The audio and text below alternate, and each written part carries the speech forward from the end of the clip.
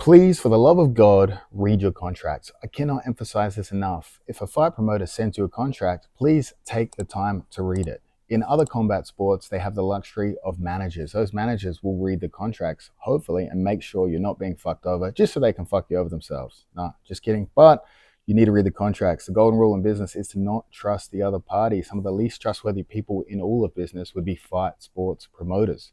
So please, if you don't have a manager, read the contract yourself or find someone more intelligent than you to read the contract to make sure they're not sneaking in any stipulations that you have not previously verbally agreed upon.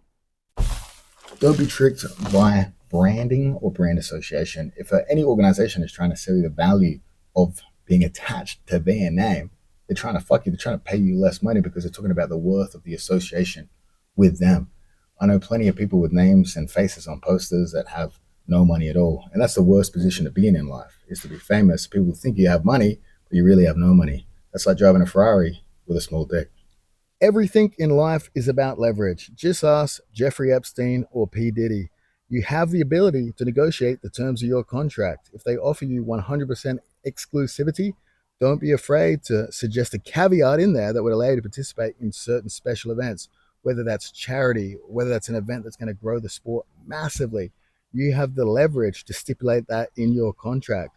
Don't be like Mike. If you don't ask, you will not receive, and you'll be forced into 100% exclusivity. Most organizations will simply take what they can get out of you. So you need to ask to have that stipulation in your contract. Don't grandstand about steroids while simultaneously signing contracts that allow organizations to monopolize the sport. That's what we fought back against with adcc, who were selling massive amounts of tickets, getting massive amounts of views, and not paying any of the athletes.